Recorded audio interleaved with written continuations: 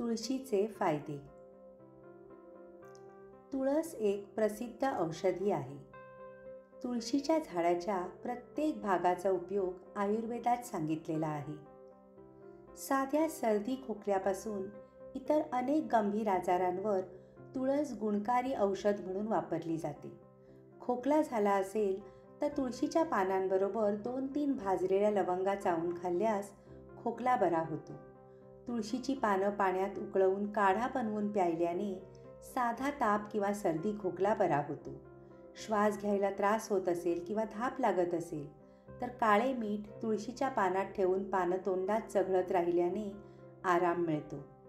महिलांना पाळीच्या वेळी ओटीपोटात दुखत असेल तर जिरे, धणे आणि तुळशीच्या पानांचा काढा घेतल्याने फायदा होतो.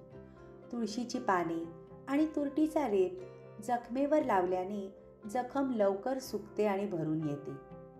तुळशीचा काढा नियमितपणे घेतल्याने शरीरातील युरिक ॲसिडची पातळी कमी होण्यास मदत होते.